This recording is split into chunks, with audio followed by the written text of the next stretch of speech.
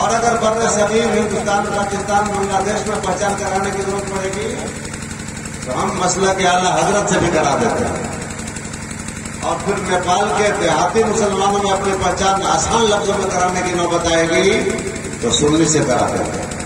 سمجھتے ہیں؟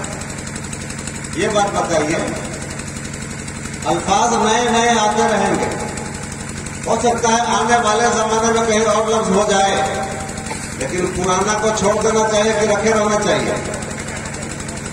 کچھ لوگ کہتے ہیں کہ اہل سنت و جماعت کہنے میں سب شامل ہو جاتا ہے، وہابی بھی کہتا ہے اپنے آپ کو اہل سنت و جماعت، تو اب اہل سنت و جماعت اپنے سے ہم ہٹائیں گے، اب اس کو ہم نہیں لیں گے، اب خالی مسئلے کے اعلیٰ حضرت بولیں گے۔ کیسا لگتا ہے آپ کو؟ ٹھیک ہے سوچ؟ یہ سوچ کیسی لگی آپ کو؟ اچھی لگی؟ اچھا تو ایک بات بتائیے، وہابی بھی اپنے آپ کو مسلمان کہتا ہے کہ نہیں؟ بولیے بولیے، وہابی اپنے آپ کو مسلمان کہتا ہے تو وہی لفظ ہم کیوں کہلائیں گے؟ اب اس کی جگہ بھی کوئی ڈپلیکیٹ لانا پڑا کہ نہیں لانا؟ آپ کیا کہیں گا؟ بولیے، اس لفظ کو بھی ہٹائیے گا، لفظ مسلمان بھی اپنے سے ہٹائیے گا، لفظ مومن اپنے آپ سے ہٹا دیجیے گا، اہل ایمان بھی اپنے آپ کو بولتے ہیں ہٹا دیجیے گا۔ مطلب یہ ہوا کہ جو جو لفظ وہ کہنے لگ جائیں، ہم ان لفظوں کو چھوڑتے چلے جائیں تو پتہ چلا کہ دیوار میں سٹا دے گا۔ اپنی گھراری ہم چھوڑ نہیں پائیں گے، دوسروں کو اپنی گھراری میں آنے نہیں دیں گے، ہم اپنی گھراری کو چھوڑ نہیں پائیں گے۔ اگر آپ چھوڑنے کا مزاج بنا لیے کہ انہوں نے کہنا شروع کر دیا تو ہم بھی کہنا چھوڑ دیں، تب تو پتہ چلا کہ وہ وہاں بھی 5 وقت کی نماز کو فرض کرتا ہے، 6 وقت کی نماز کو فرض کرتا ہے، تو وہاں بھی 5 وقت کی نماز فرض کرتا ہے۔ تو اب آپ کہیے گا کہ جو وہ کہتا ہے وہ ہم نہ کہیں گے، تو آپ کو کیا کرنا پڑے گا؟ جب آپ 4 وقت کی نماز کہیے گا یا 6 وقت کی نماز کہیے گا، وہاں بھی کیا کہتا ہے نہیں کہتا اس سے ہم کو لینا کیا ہے؟ ہماری جتنی سمپتی ہے، جتنی جائیداد ہے، جتنی دولت ہے، جتنی زمین ہے، جتنے الفاظ ہیں، جتنی ہماری پہچان ہے، سب لے کے ہم چلتے رہیں گے، کسی کو چھوڑیں گے نہیں ہم۔ اور اگر چھوڑنا شروع کر دیں گے تو پتہ چلا کہ کسی پڑوسی نے آپ کی ایک گھراری زمین کو قبضہ کر لیا، اب کہیے گا چھوڑو جھنجھٹ میں کون پڑے، اس کو چھوڑ دو، آگے پیچھے ہو جاؤ، پھر کچھ دنوں کے بعد وہ دوسری زمین پر قبضہ کر لے، ایک دھور اور آپ کا ضبط کر لے، تو کیا آپ چھوڑتے چلے جائیں گے؟ پھر کچھ دنوں کے بعد ایک دھور اور قبضہ کر لے، کیا اس کو بھی چھوڑ دیں گے؟ اپنی گھراری نہیں چھوڑی جاتی ہے۔ ہمیں حدیث پاک میں اہل سنت و جماعت کہا، حدیث پاک کا دیا ہوا لفظ ہم کبھی نہیں چھوڑیں گے، البتہ پہچان کے لیے مسئلہ کہ اللہ حضرت جوڑا کریں گے، لیکن اہل سنت کو کبھی چھوڑیں گے نہیں۔ یہی بات میں بولتا ہوں انٹرنیٹ میں، یہی بات بولتا ہوں میڈیا میں، یہی بات بولتا ہوں یوٹیوب پہ، تو کچھ مولویوں کی میری بات بہت زیادہ خراب لگتی ہے، تو وہ کہتے ہیں کہ یہ مسئلہ کے اعلیٰ حضرت کے غدار ہے۔ سیدھی راہ بتاؤ، کوئی نامداروں کوئی نامداروں کو سمجھ نہیں آتی، سیدھی راہ بتاؤ اہل سنت و جماعت۔ آج ہم نے اس لفظ کو چھوڑنا شروع کر دیا، وہابیوں نے اس لفظ کو اپنانا شروع کر دیا۔ آپ گزرتے ہوں گے اس روڈ سے، برسا ایک گاؤں ہے، برسا، وہابیوں نے اپنی چھوٹی سی جگہ پر چھوٹی سی مسجد بنائی، اس پر لکھا ہے اہل سنت و جماعت۔ کیوں؟ اس کو موقع مل گیا کہ یہ گھر خالی ہے، چلو اس میں جگہ جما دیں۔ اپنا گھر خالی چھوڑیے گا تو جنات آئے گا کہ نہیں آئے گا؟ آپ کو اپنا گھر خالی کبھی نہ چھوڑنا ہے، اپنا گھر آباد کر کے رکھنا ہے۔ اب دوسرا گھر مل جائے تو اللہ کا شکر ہے۔ ان نامداروں نے نادانوں نے یہ سوچ لیا کہ مسئلہ کے اعلیٰ حضرت، صرف مسئلہ کے اعلیٰ حضرت لے کے چلو، مسئلہ کے اعلیٰ سنت چھوڑ دو، مسئلہ کے اعلیٰ سنت و جماعت چھوڑ دو، لفظ سنی چھوڑ دو۔ کیوں چھوڑ دو؟ وہاں بھی کہنے لگا، ہم کہتے ہیں وہاں بھی اپنے آپ کو مسلمان بھی کہتا ہے تو مسلمان کہلانا بھی چھوڑ دو۔ وہاں بھی کہتا ہے کہ ہمارا قبلہ کعبہ ہے، تو کیا آپ کو کہنا چھوڑ دیں گے؟